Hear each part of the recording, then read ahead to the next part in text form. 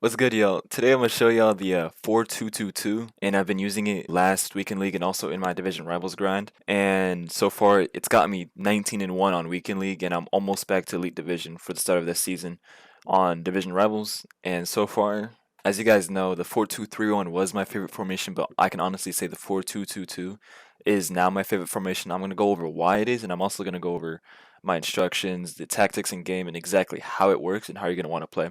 This being my team, I'm gonna show you guys my custom tactics. And I have 4-2-2 at my ultra defensive. Defensive style balanced like normal. I don't see the point in anything else this year.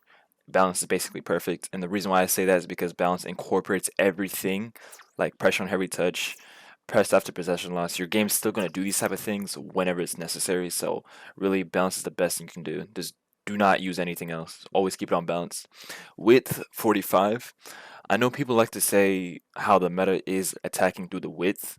So people ask me like, "Oh, don't you want to have wide defense?" And I say no because you have to understand with a lower width, it doesn't necessarily mean your team's more closer to the middle. Rather, it's going to make the defense more. It's going to make the defense more narrow, but not through the middle. So if the ball's on the left side of the pitch, your defense is also going to be covering that left side pretty well. So it's not like you're going to be having too much space out wide. So that's why you always want to have a width like under 50. I know some people use 49.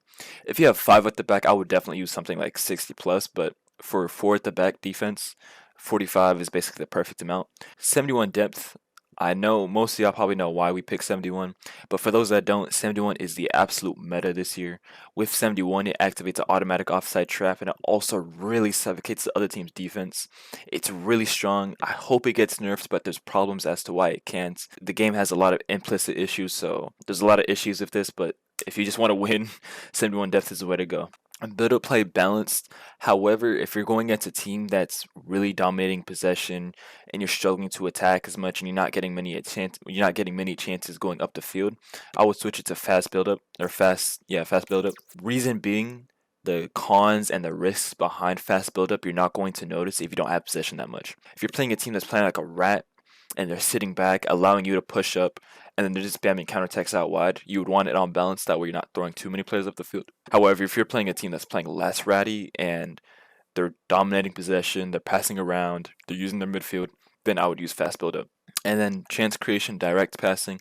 That's because it's a perfect mix of having a lot of through balls and through runs while also being possession balls. So instead of throwing everyone up the field, it also considers creating attack through you know the um the midfield and making passes to begin with. And then 61 width. I don't know why I picked exactly 61, but I did want it above 60. Reason being, with this 4-2-2-2, the problem with it is that there's no actual winger. Sometimes you realize that your attacking through the width is very, very like non-existent. And I'll go over why when you guys see the instructions because this formation like literally has no wingers, but you also want to force the presence of like a width. So 61, I use 61, and this way I'm able to still have wingers in essence, but 61, I've been using 61, and it's been working out for me pretty well. And six players in the box, whatever corners, free kicks y'all can do. You can slap these on one if y'all want to. Me personally, I do these. And then with your instructions right here, so both strikers you want on stay central. That's mandatory. And the reason why I say that is because with formations like these, you always want your striker to be on central, and that's because if you have them out wide, not on stay central, if you have them even on balanced, what they do is that when they see the chance, they're gonna go out wide. And the problem with that is that it's gonna send the player, the closest winger to them, even more wide. So it's just gonna suffocate the attack, if anything.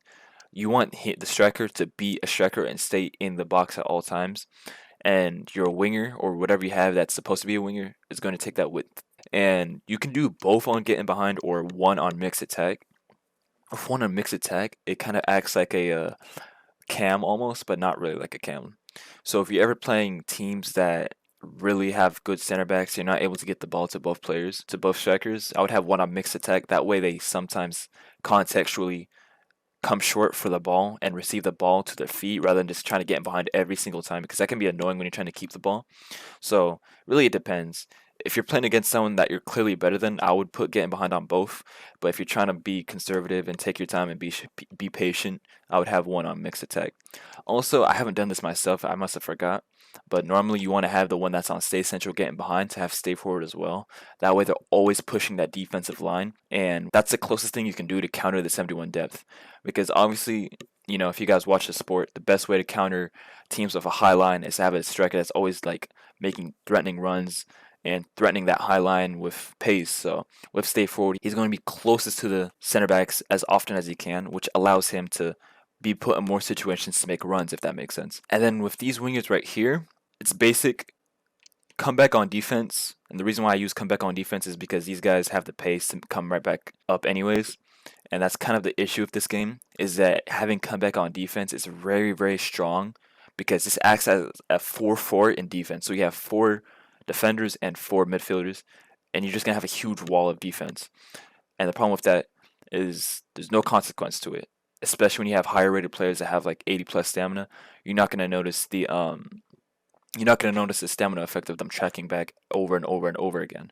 So I would put comeback on defense because there's no consequence to it really. And then get into the box for cross because they're not going to literally run into the box every chance they get. However, when they see the chance where there's space, they're going to run into the box. So I found that pretty helpful. And since they're cams, it's a good idea to do so. With your midfield right here, always, every single time I have a midfield of 2 center mids or 2 center defensive mids, both of them cut passing lanes, cover center. That's mandatory. And then the weaker one is going to be on stay back while attacking, or whichever one has better defensive stats or less attacking stats. The CDM, you can put like Kante here. You can put like, I don't know, just anyone with a lot of defending, a lot of physical, but not that good shooting and passing. And then the other one, the ball, the Bellingham, the Modric, the whatever you have that can do everything. The Gillett, even if you're lucky enough, cut passing lanes, balanced attack. And with balanced attack, it lets the AI figure out what he should be doing and what he shouldn't be doing. So let the AI determine if he should be in the box or if he should be staying at the back. It lets the game determine what to do for him. Both your center backs, don't touch them. Fullbacks, overlap and only overlap. And then stay back while attacking on both of them. And if you're wondering why we put overlap, I've stated this in a previous video, but the benefit to putting overlap, even though they're on stay back while attacking, is to not have them overlap in the attack, but the overlap basically forces them to be as close to the touchline as possible. And the reason why I say that is because obviously you guys know the meta with the cutbacks and everything. In order to prevent the situation with the cutbacks, because the issue with the cutbacks isn't necessarily how OP it is to pass in the box, even though that is an issue. Rather, it's how easy it is to beat the fullbacks out wide and get past them and then get in the situation where you can pass to a striker in the box. So the reason I have these on overlap is that way they're always going to be to the left or to the right of their center back. They're going to be closest to the touchline as possible, and that way it's as hard as possible for the winger to get past them because they're always going to be taking that space out wide by the touchline. If you're not on overlap, you'll see them sometimes, they'll kind of like join the midfield, kind of act like as a half center mid. It'll get annoying, and then all they do is they leave the width wide open, and then you're going to have like a Diaby or Rafael Leao just run right through them, and then cut back, shoot, score. It gets obnoxious. So overlap works perfect for me. It doesn't block every cutback, but it's the closest thing I can. I've tried everything I can to find tactics that counter cutbacks, but there's only so much you can do until it gets patched, and this is the best I've done with the overlap. And then obviously I don't really touch my keeper. I don't see a point. And I know I told you guys earlier that this 4-2-2-2, I like this more than the 4-2-3-1. And the reason why I say that is because you have to understand these formations are very, very identical. However, obviously the one difference is that instead of a cam, it's another striker. And you might be like, oh, that's it. But the thing is, this formation plays completely differently in game. Now, if you're talking about the midfield and defense, yeah, they look the exact same in game. However, with the 4 up front, one, obviously, yes, there's a striker, another striker instead of a cam. However, with that being said, now that spot behind the striker is wide open, what this allows for the 2 wingers is that they don't act as wingers anymore. The thing about their position is that the left winger and the right winger are still technically cams. And when there's no actual cam behind the striker, with that position, what they're really doing is that the game has a specific AI for that position. With that specific AI, it gives the player instructions to run into space behind the striker or in that cam position of the field to be like, okay, if I have space here, I'm going to take it and I'm going to go there. I'm going to make runs into it. And that's what makes this different than the 4-2-3 one, because in the 4-2-3 one there's an actual cam behind the striker that's going to take that space consistently. And then the lamb and the ram, or the wingers of course, they're going to be more wide, not because they're in a different position, but rather they don't have that space. But since there's no actual cam, there's a striker, or there's two strikers. What this allows is, with two strikers, it's going to allow the wingers to go right behind the strikers too, if they have the space, if it's wide open there. If it's not wide open, obviously they'll still be on the width. However, it's nice to have this because it allows your wingers to have more impact in the game.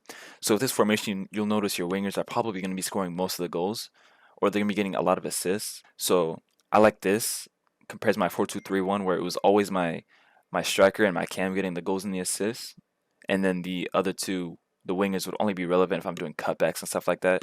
But yeah. I got you. I got you. Shot, shot, shot, shot, shot, You shot, shot. know. Oh my god.